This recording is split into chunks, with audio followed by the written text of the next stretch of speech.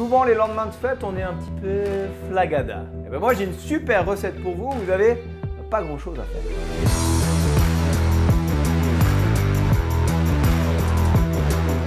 Et cette recette, c'est des pignons de poulet au pain d'épices avec un ketchup maison. Ouais, mesdames et messieurs. Et Mac, tu sais comment on commence une recette d'ailleurs? Par le début.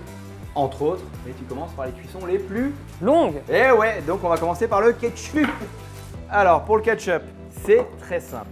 On va prendre 2 tomates. On va les couper grossièrement en morceaux et on va les balancer en cuisson pendant 30 minutes à feu vif. On ajoute un tout petit peu d'eau, on couvre et c'est parti. Et voilà, pendant que nos tomates sont en train de cuire, on va s'occuper de notre marinade de pain d'épices. Pour notre marinade, vous allez voir, c'est extrêmement rapide. On va commencer par prendre 4 tranches de pain d'épices.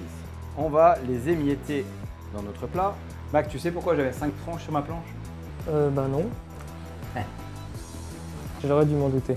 On va y ajouter un tout petit peu d'eau, du jus de citron vert, on va déposer nos pilons. Et mon secret, c'est ça, le miel. Il faut savoir que l'une des grandes bases du pain d'épices, c'est le miel. Donc on va faire un petit rappel, mais nous ce qu'on veut, c'est que ça caramélise encore plus quand ça va être au four, alors on va du miel. Et là maintenant, un moment que j'adore, on malaxe, on malaxe, on malaxe. Voilà, on n'hésite pas, hein, on en met vraiment partout. Comme ça sent bon là, Max? Yeah. Et hop, au four à 200 degrés, environ 45 minutes et pensez surtout à les retourner toutes les 10 minutes. Ça, c'est très important. Ça y est, on est bon pour notre première partie de la sauce ketchup. On va mouliner maintenant notre tomate. On va mettre à feu moyen et on va ajouter de suite du vinaigre. Ça, c'est très important pour laisser en cuisson environ 30 minutes et avoir une texture un peu sirupeuse. Tiens, vous allez voir, Max. On va retourner les pilons. Oh. Là, tu m'as donné faim, Nicolas. Alors là, vous voyez, on a une texture qui est vraiment sirupeuse.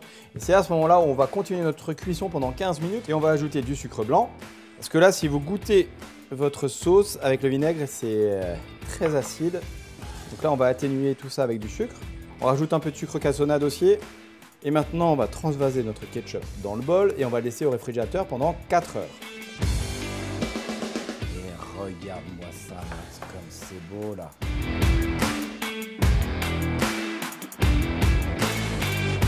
Allez, à quelle hauteur? Serré, Nicolas.